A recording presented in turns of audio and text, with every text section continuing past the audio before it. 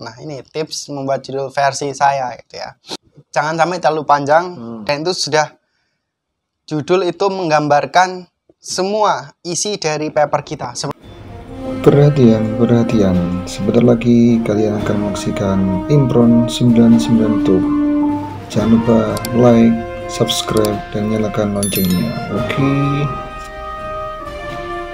Di sini nanti kalian akan disuguhkan dengan dunia edukasi meliputi dari ilmu kimia, kuliah, dan dunia perkamusan serta tentang kesehatan. Check it out. Tunggu selalu Imron 99 Tube. Selamat menyaksikan. Yo. Ya, kita lanjut dari Welcome back with us. lanjut tadi mengenai tentang struktur kepenulisan ya. Ya, Bagaimana sih tips dan trik agar kita bisa lolos dalam pengamatan juri ataupun panitia. Setelah tadi kan format. Oke, bisa Mas Sabil dijelaskan bagaimana tips penulisan yang tepat dan baik. Tips penulisan ya untuk karya tulis ilmiah. Ini yang pertama dan utama gitu ya. Biasanya setiap instansi penyelenggara dari KTI-nya sendiri kan ada ketentuan sendiri gitu. Maksudnya ke formatnya. Yang penting yang pertama perlu kalian ketahui gitu ya, yaitu formatnya. Biasanya kalau lomba-lomba KTI nasional, apalagi kalau nama eventnya udah ternama itu pasti pendaftarnya banyak, bahkan kalau sampai puluhan ribu. Nah, ketika sudah ada contoh paper puluhan ribu, apakah akan dibaca semua? Gitu. Tentunya pastinya enggak. Gitu. Terus bagaimana untuk sistem seleksinya? Dari panitia penyelenggaranya itu punya treatment sendiri, biar cepat dapat sedikit, hingga akhirnya dari 10.000 itu langsung disaring gitu. Tapi bagaimana caranya 10.000 disaring, nggak perlu baca dari awal sampai akhir, itu buang-buang waktu gitu. Walaupun dari 10.000 itu sebenarnya banyak gitu ya ide-ide bagus gitu. Tapi dengan mudah tereliminasi dengan pedoman tadi itu. Ketika tiba-tiba paper kalian sebenarnya bagus banget gitu, ternyata nggak ada surat originalitasnya, surat pernyataan ketua panitia, surat dosen pembimbing kalau ada yang sesuai format instansi masing-masing itu loh. Tiba-tiba bagian surat pernyataan sudah ada mungkin, tapi TTD-nya nggak ada materainya. Nggak ada materai doang, kalian udah dicoret langsung. Udah nggak lolos. Di format ya, penting. Satu. Ini ya, itu biasanya bisa jadi dari panitia, karena itu hal mudah lah, nggak perlu orang expert gitu. Nah, kedua ini lanjutannya ya. Setelah format lolos kita nih, biasanya 10.000 tiba-tiba jadi 1.000 doang, atau bisa jadi malah ratusan doang. Baru masuk ke reviewer atau juri. Nah, ketika sudah masuk ke reviewer atau juri, itu sudah mulai menelisik melihat isi dari karyanya kalian, papernya kalian. Namun juga dari juri, biasanya kalau masih tetap dapat banyak ya, kecuali kalau udah tinggal 10 doang, itu langsung dibaca semua, langsung dikasih mic. Tapi kalau masih dapat banyak, bisa jadi ada treatment tersendiri juga dari jurinya, yaitu langsung melihat judulnya saja. Ketika judulnya sudah menarik, merasa tertarik, oh ini judulnya tertarik, lolosin dulu gitu, ditaruh di sini yang lolos gitu. Oh ini judulnya nggak menarik, udah pernah ada mungkin sebelum-sebelumnya udah pernah dengar, langsung ditaruh di kanan, nggak lolos berarti gitu. Itu yang pertama judul. Yang kedua itu yang kedua tadi ya, yang kedua judulnya. Yang pertama. Oh yang pertama tadi kan format ya. Makanya. Yang kedua judul. Nah terus tips membuat ketika disampaikan judul pasti ada di benak kita bertanya, tips membuat judul bagaimana gitu. Nah ini tips membuat judul versi saya gitu ya. Nah, mungkin udah beberapa berpengalaman di sebelumnya, dimana membuat judul itu yang pastinya jangan sampai terlalu panjang dan itu sudah judul itu menggambarkan semua isi dari paper kita. Sebenarnya semua isi dari paper kita, karya kita itu sudah kalau bisa sudah terwakilkan atau sudah tertaruh gitu, terisikan, tersiratkan ke dalam judul kita. Buatlah semenarik mungkin dan jangan terlalu panjang juga. Ya secukupnya, dan itu sudah mencakup isi sebenarnya inti poin dari karya kita. Mungkin kita kasih contoh gitu ya. Ini contoh dari karya saya yang sebelumnya pernah juara di Aiden Ajan itu tentang inovasi Batako ya. Itu kan yang pertama judul itu tentang inovasi yang kita bawakan. Terus yang berikutnya di baris setelahnya kata-kata inovasi yang kita bawakan, baru basis atau bahan-bahan pendukung dari inovasi kita. Terus yang ketiga keunggulan dari inovasi kita, dan yang terakhir aplikasi dari inovasi kita. Berarti harus ada aplikasinya. Itu kalau masih muat. Kalau di KTI biasanya bebas gitu. Kecuali kalau di PKM. Kalau PKM nanti sekarang ada batasannya gitu. Kalau ada batasannya nanti ada tipsnya sendiri ya. Ini tips buat KTI lah. Gitu. Buat judul KTI gitu. Itu tadi, 4 unsur tadi. Yaitu yang pertama inovasi kita, yang kedua basisnya, yang ketiga keunggulannya, dan yang terakhir aplikasinya. Nah, dari 4 ini dilengkapi yang kelima, yaitu nanti di awal pol ada tips singkatan dari judul. Itu untuk menarik ya? Ya, itu untuk menarik ya. Ini semuanya ini keterkaitan biar tertarik sih judulnya. Kalau contoh dari judul saya ya, yang saya bawakan di ID Nation gitu. Kalian kalau pengen tahu ID Nation cari sendiri. Itu judulnya inovasi Batako Lego. Itu kan inovasi saya yang saya bawakan, inovasi Batako Lego. Nah, basisnya apa? Berbahan dasar limbah sabut kelapa, ampas tebu, berbasis resin. Ini udah lihat judulnya aja, wah udah memanfaatkan limbah, eco-friendly gitu kan. Jadi kan ramah lingkungan gitu. Bagus banget itu. Terus dengan keunggulan apa? Ringan, tahan gempa, anti air gitu kan. Nah, keunggulannya aja udah keren juga gitu. Belum pernah ada gitu mungkin ya. Mungkin ada, tapi yang ringan doang gitu. Tapi nggak anti air atau apa gitu. Untuk apa? Untuk mengatasi solusi tenda darurat pasca tsunami. Karena dulu tema yang saya ambil tentang tsunami, tenda darurat bencana.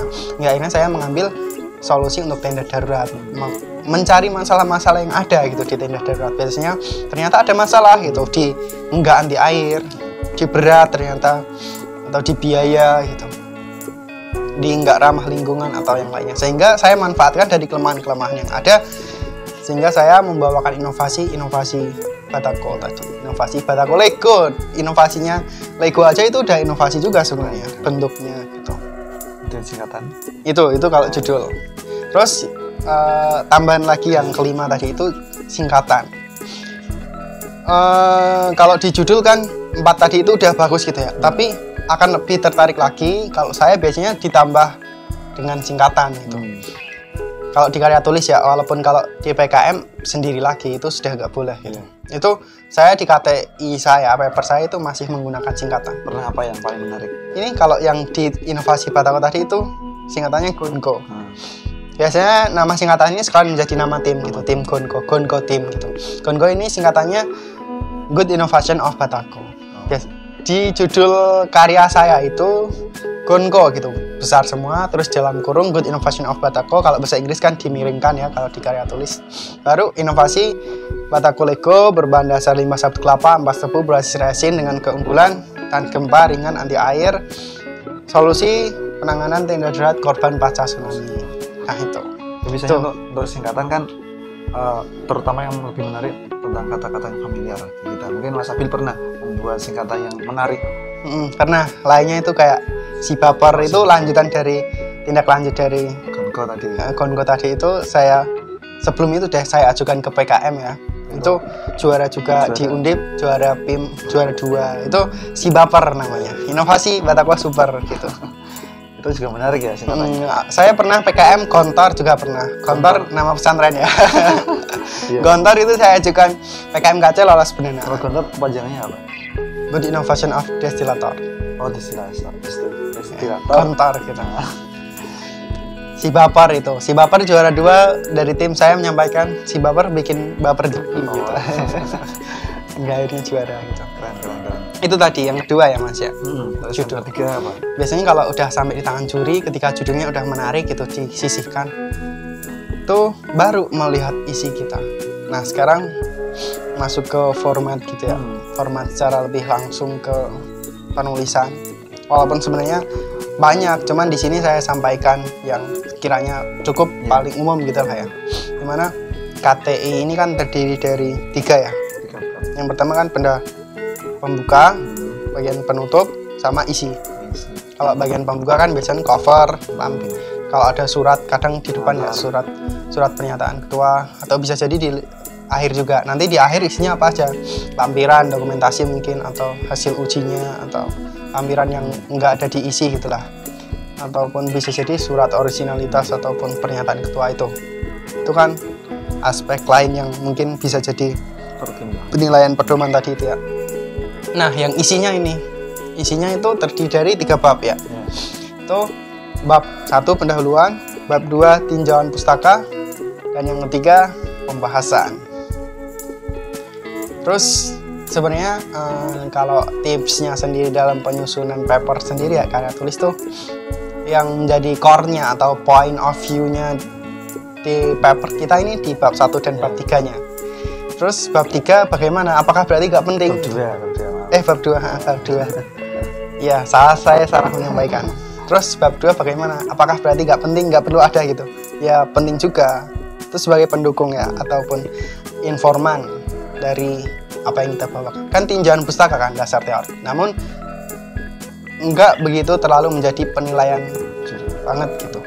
Karena kan ya itu memang perlu pendukung. Nggak perlu banyak juga. Karena biasanya karya tulis paper ada batasan halamannya kan. Jangan sampai kalian banyak menghabiskan halaman di bab 2. Tapi fokuslah di bab 1 dan bab 2. 3. Bab 1 dan bab 3. Saya kurang minum. Nah, langsung nih Mas Sabil, di bab 1 kan pendahuluan ada latar belakang, ada rumusan masalah, manfaat atau tujuan kan. Biasanya itu yang pernah saya alami itu di bagian tulisan latar belakang. Itu kan harus dibutuhkan strategi ya biar menarik dan juga ini loh mewakili apa yang akan kita bawa di karya kita. Mungkin tipsnya bagaimana kan biasanya dari umum nanti menuju ke yang khusus gitu kan. Nah, dari Mas Sabil sendiri tips bagaimana? Iya, sempat tadi Mas Imran sudah menyampaikan, itu sudah menjadi kunci sebenarnya sih gitu. Di penilaian bab 1 dan bab 3 ya. Nah, bab 1 kan isinya tadi kan latar belakang, rumusan masalah, tujuan atau manfaat. Biasanya juri itu langsung melihat di latar belakang kita. Nah, di sini yang menjadi core dari bab 1 atau inti dari bab 1 itu melihat di latar belakang kalian. Buatlah latar belakang kalian dalam menyusun paper ini benar-benar yang paling bagus gitu. Terus bagaimana, apakah runtutan isinya latar belakang itu yang ideal versi saya gitu? Versi saya ya. Versi Sabil. Yang pertama, ini saya kategorikan menjadi kemasukan apa ini? 3 ya. 3 kategori. Yang pertama yaitu di latar belakang sampaikan masalah yang ingin diangkat. Di latar belakang yang pertama tadi ya, sampaikan masalah yang ingin kalian bawa gitu. Ketika dulu di inovasi kata kos saya itu menyampaikan itu masalah yang ingin saya bawakan, Indonesia gitu. Apalagi kalau masalahnya Indonesia itu cukup bagus banget gitu, karena ide kita akan membawa nama baik Indonesia atau mengatasi masalah yang ada di Indonesia gitu. Dulu saya menyampaikan kalimat awalnya, Indonesia merupakan negara yang diapit oleh lempeng Eurasia dan Indo-Australia gitu, dimana akan menyebabkan rentan atau dapat memicu terjadinya tsunami yang begitu besar gitu. Terus 2/3 wilayah Indonesia merupakan lautan, sehingga gempa bumi beserta berpotensi tsunami cukup besar di Indonesia gitu. Itu masalahnya. Nah, terus saya sampaikan juga tsunami sendiri merupakan bencana nasional yang sangat dahsyat gitu, menghancurkan fasilitas umum, pemukiman penduduk gitu. Baru saya angkat ke permasalahannya tadi mengenai tenda darurat gitu. Tenda darurat itu masalah yang saya angkat. Itu yang pertama. Itu sudah kalau bisa benar-benar buat singkat gitu. Tuh. Terus yang kedua bagaimana? Yang kedua yaitu bawakan solusi yang sudah ada. Solusi-solusi yang sudah ada dalam mengatasi masalah tersebut silakan bisa disampaikan. Terus bagaimana kok malah disampaikan solusi-solusi yang sudah ada? Apakah malah kita mempromosikan gitu?